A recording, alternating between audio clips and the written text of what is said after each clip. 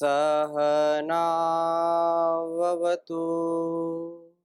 सहनौ भुनक्तु सह वीर्यं करवावहै तेजस्विनावधीतमस्तु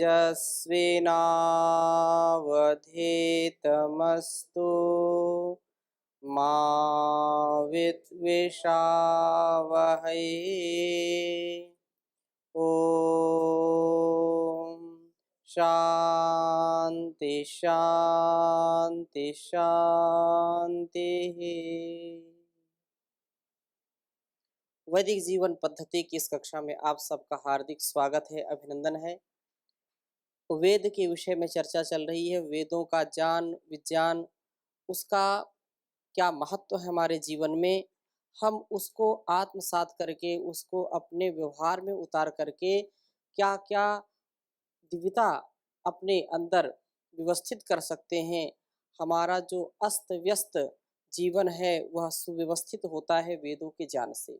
इसलिए वेदों का पढ़ना पढ़ाना सुनना सुनाना तथा आचरण में लाना हम सबका परम कर्तव्य है, हम सबका यह परम धर्म है। ऐसी जो भावना है, इस भावना को हमको विकसित करना चाहिए, क्योंकि हम जैसा विचार करते हैं, जैसा हमारे अंदर एक ज्ञान का प्रकाश होता है, वह ज्ञान का प्रकाश हमारे संपूर्ण जीवन के लिए और इस जगत के लिए अत्यंत महत्वपूर्ण है। वैसे तो अंधकार अपने आप आ जाता है, जैसे बादल सूर्य को आकर के ढक लेते हैं, वैसे बीच बीच में हमारे इस चित्त में ऐसी काली घटाएं छा जाती हैं कि हम कुछ विचार नहीं कर पाते हैं। परंतु जिसका जीवन वेदोक्त है, जिसका जीवन शास्त्र के अनुकूल है, वह कभी भी विचलित नहीं होता है, वह कभी भी भटकता नहीं है। जो हमारा व्यवहार है, उस संसार का व्यवहार कहाँ से मिलेगा? वेद से मिलेगा। और वेद का एक एक शब्द, अगर एक शब्द भी हम अपने जीवन में उतार लें तो एक कहावत कहते हैं संस्कृत में कि एकः शब्दः सम्यक जातः स्वर्गे लोके कामधुग् भवति। एके साधे सब सधे, सब साधे सब जाए। अगर संपूर्ण वेद का स्वाध्याय नहीं कर सकते हैं, कोई एक मंत्र तो आता है, एक मंत्र को यदि हम आत्मसात कर ले, एक मंत्र भी अगर नहीं आता है, एक शब्द याद कर ले और उसको जीवन में उतार ले। ऐसा करना, ऐसा नहीं करना, विधि निषेध, ये जो सीमा है इसका कभी भी अतिक्रमण नहीं करना है। इतना यदि हमने सीख लिया, माँ गृधा कश्चित् धनम, किसी के धन की लालच मत करो। कुर्वन्नवेह कर्माणि, कर्म करते रहो। यदि इतना समझ ले, तेन त्यक्तेन भुंजीथा, त्याग पूर्वक इस संसार का उपभोग करो, तो इतना मात्र यदि हमारे जीवन में उतर जाए तो सारे वेद उतर जाएंगे। और सारे वेद रगड़ मारे लेकिन आचरण में कुछ उतारा नहीं तो कोई लाभ उसका मिलेगा नहीं। इसलिए आज जो हम करेंगे, आज हम जो करेंगे वो हमारा कल होगा। हमारे निरंतर वैदिक जीवन पद्धति के दर्शकों ने कुछ प्रश्न पूछे हैं, उन प्रश्नों को मैं क्रमशः लेता हूं। बहुत ही हमारे सुधी दर्शक हैं और लगातार वैदिक जीवन पद्धति को देखते हैं वैदिक चैनल पर। व्हाट्सएप पर इन्होंने प्रश्न पूछा है कि स्वामी जी, मैं जानना चाहता हूं कि भाग्य और प्रारब्ध में क्या अंतर होता है। ये आगरा से हैं और निरंतर देखते रहते हैं, दूसरों को भी उत्साहित करते हैं। जो इनका प्रश्न है भाग्य और प्रारब्ध, यहां तो खूब चर्चा होती है भाग्य की और प्रारब्ध की, पुरुषार्थ की प्रारब्ध की, पुरुषार्थ बड़ा कि प्रारब्ध बड़ा। तो यहां पर यह समझने का प्रयास करना चाहिए कि जो प्रारब्ध है और जो भाग्य है, इसमें कोई विशेष अंतर नहीं है, शाब्दिक अंतर है।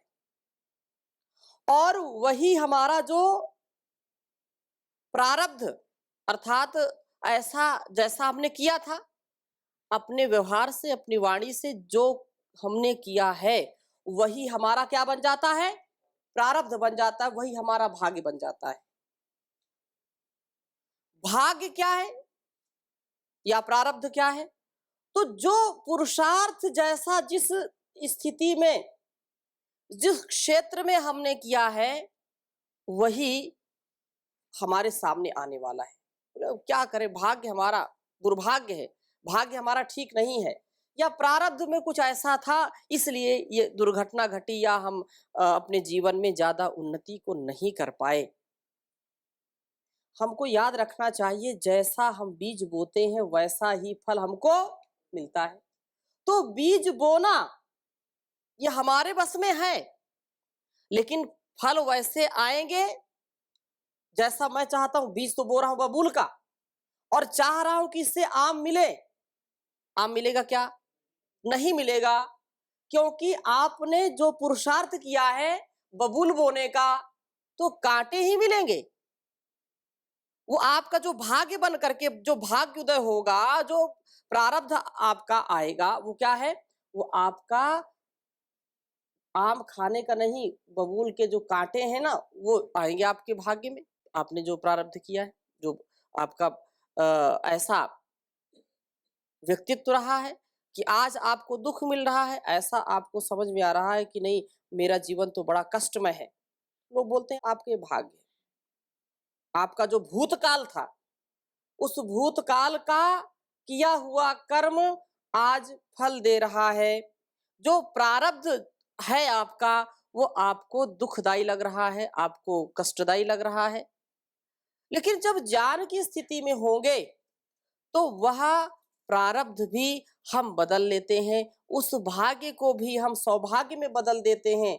दुर्भाग्य को, जो हमको बहुत दुख दे रहा है, पीड़ित कर रहा है, उसको भी अपने पुरुषार्थ के बल पर बदल सकते हैं।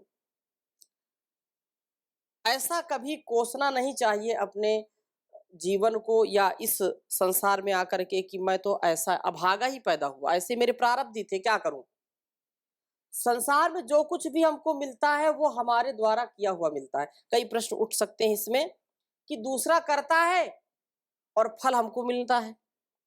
जैसे अब कहीं पर आप बैठे हैं, किसी ने कोई ऐसा कार्य किया जिससे आप आंदोलित हो गए, अंदर से उत्तेजित हो गए, क्रोधित हो गए। आप तो बिल्कुल शांत बैठे थे, आप कहीं गए नहीं थे, और यहाँ हम कक्षा चला रहे हैं, बाहर से बहुत तेजी आवाज आ रही है, बहुत जो है शोरगुल हो रहा है। तो वो हमारा प्रारब्ध है क्या?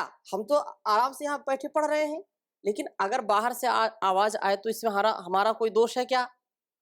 दोष नहीं है, वातावरण का दोष है। लेकिन उस वातावरण के दोष को भी हम पुरुषार्थ करेंगे, हम उनको शांत कराएंगे। हम ऐसी स्थिति उत्पन्न करेंगे कि वो हमारा जो भाग्य है, जो हमारा प्रारब्ध है, वो क्या बन जाए? अच्छा बन जाए। दुनिया में बिना परिश्रम के, बिना पुरुषार्थ के, बिना उद्यम के कुछ भी सिद्ध नहीं हो सकता है।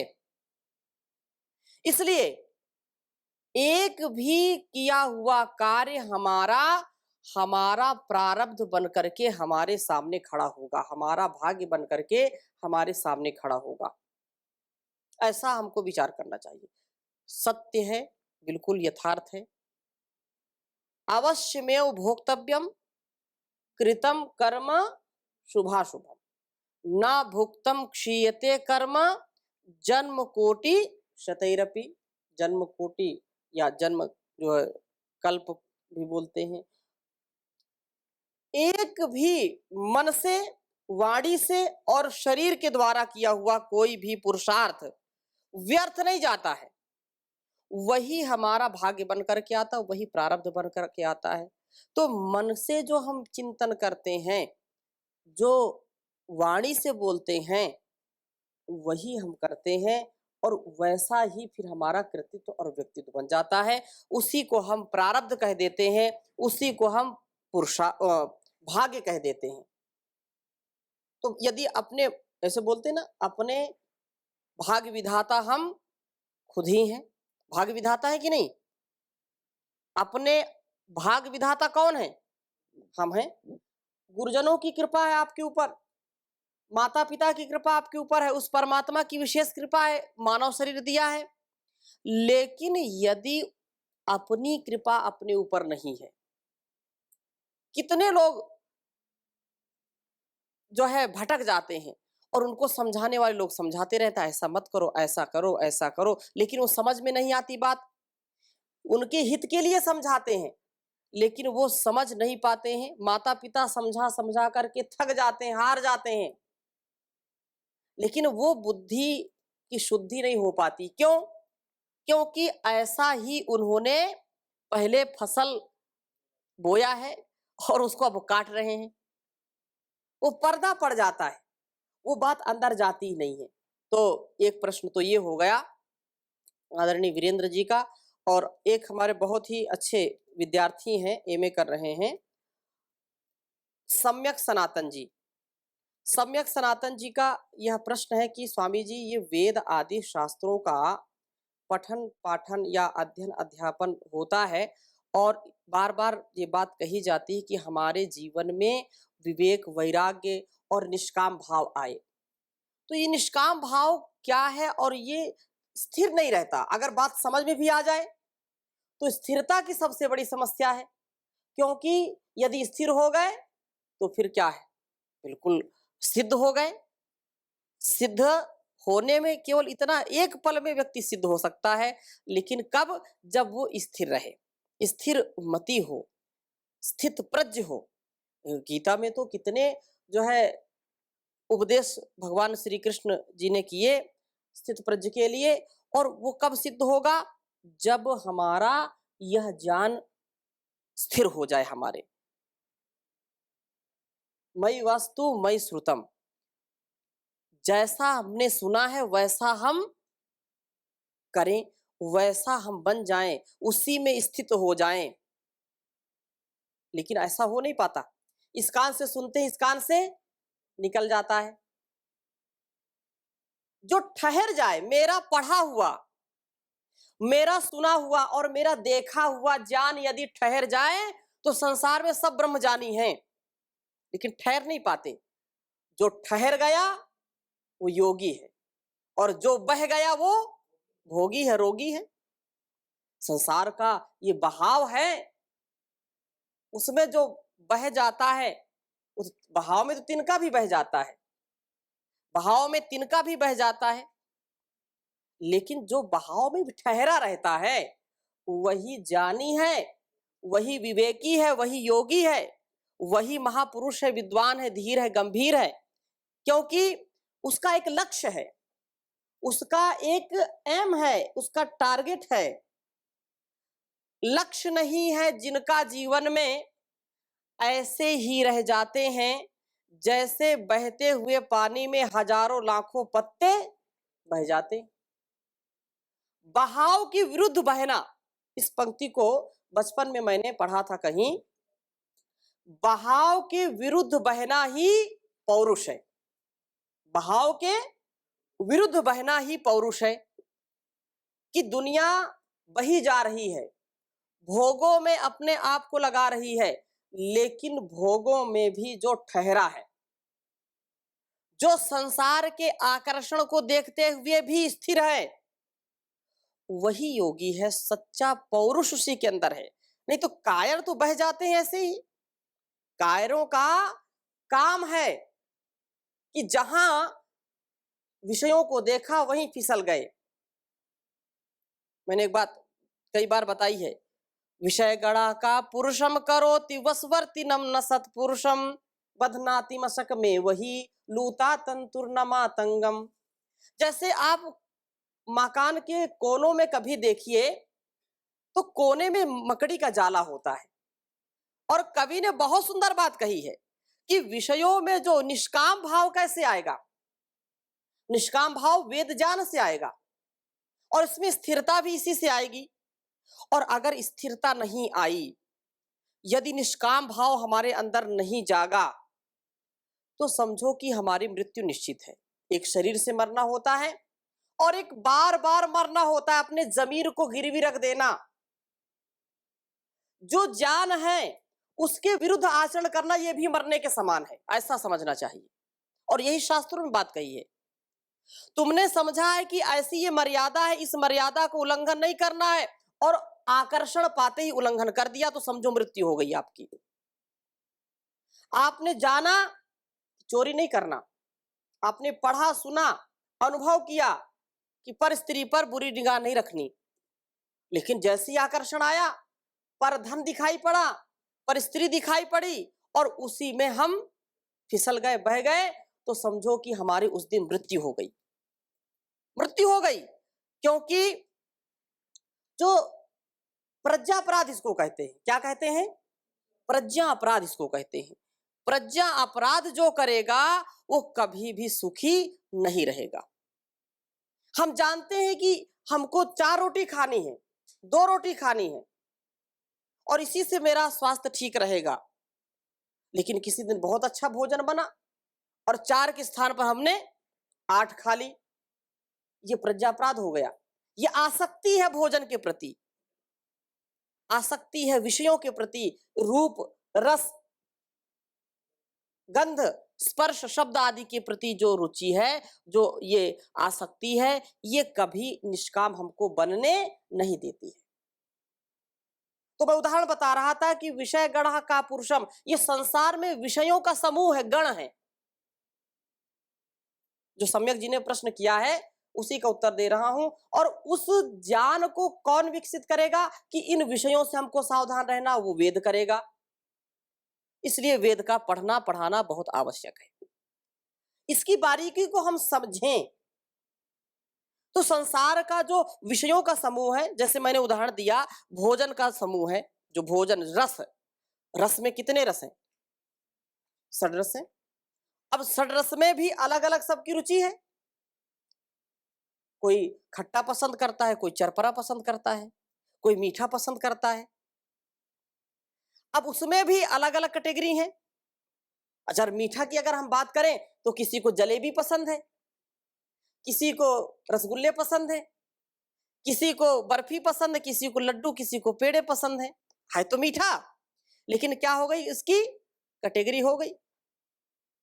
नमकीन में भी अलग अलग, किसी को जो है मूंग की नमकीन, किसी को चने की, किसी को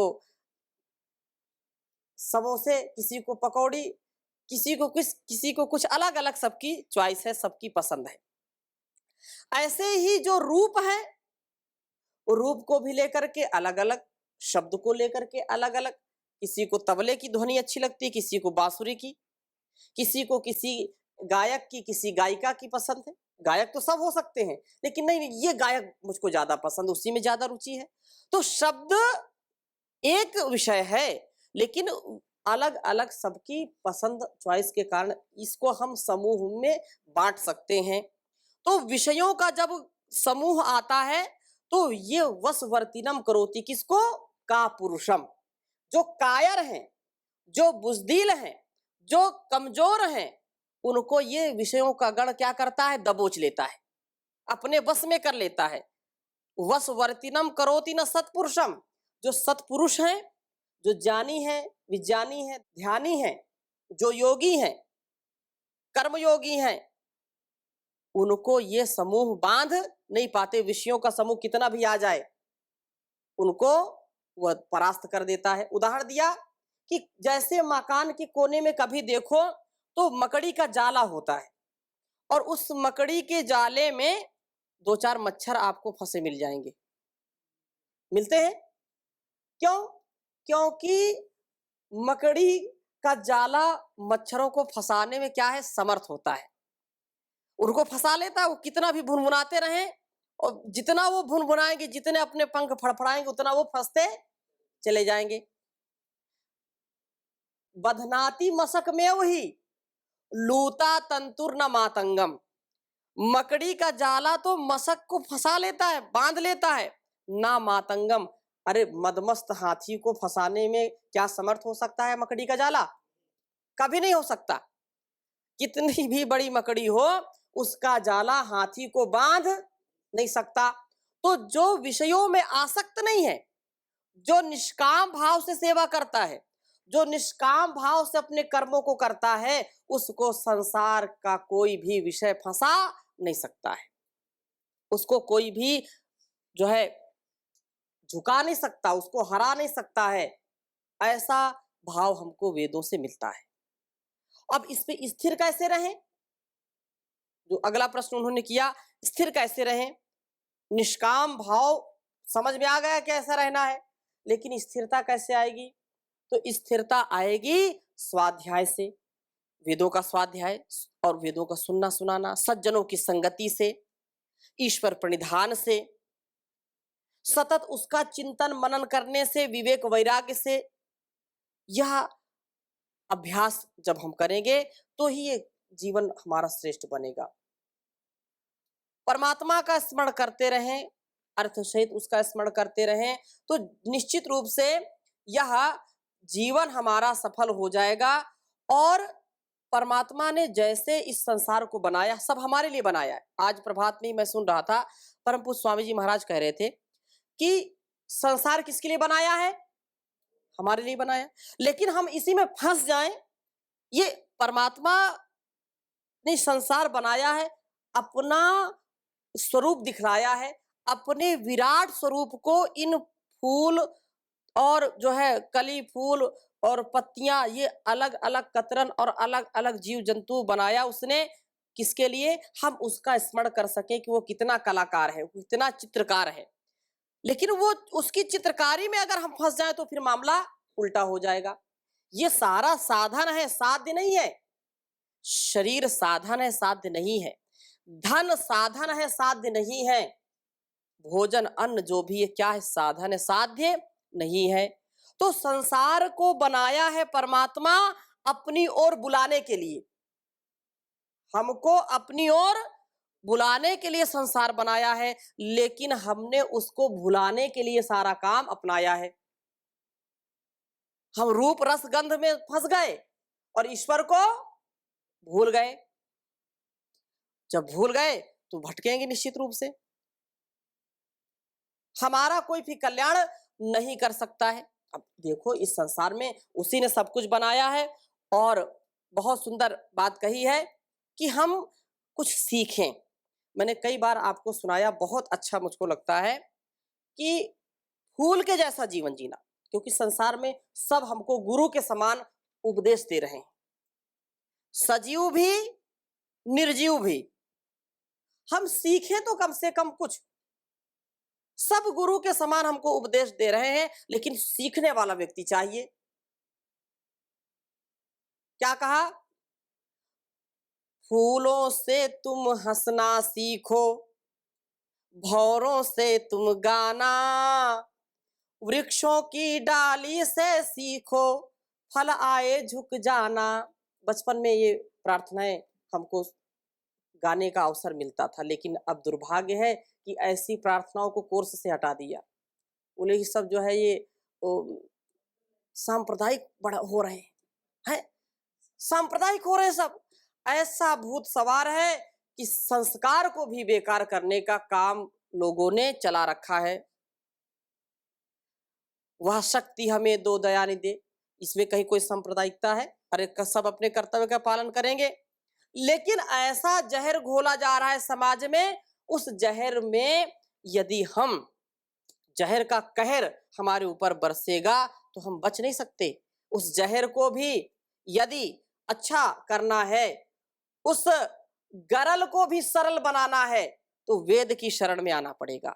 इसलिए कहा, फूलों से तुम हंसना सीखो और भौरों से गाना, वृक्षों की डाली से सीखो, फल आए झुक जाना, सूरज की किरणों से सीखो जगना और जगाना, मेहंदी के पत्तों से सीखो पिसकर रंग चढ़ाना, दूध और पानी से सीखो मिलकर प्रेम बढ़ाना, सुई और धागे से सीखो बिछड़े हुए को मिलाना, कोयल से तुम सीखो प्यारे मीठे वचन सुनाना, मीठे मीठे गीत सुनाकर सबका चित्त चुराना।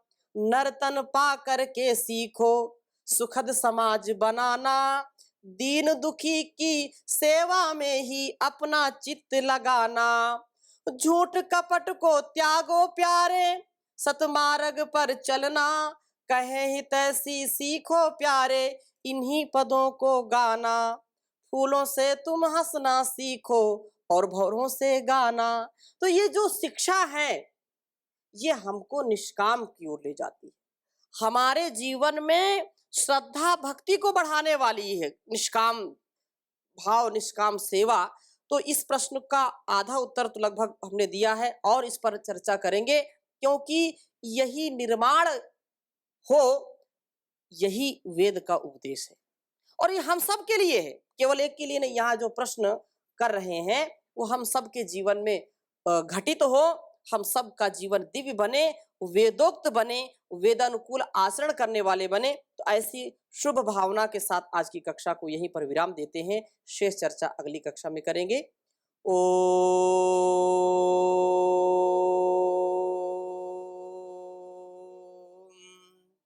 शांति शांति शांति।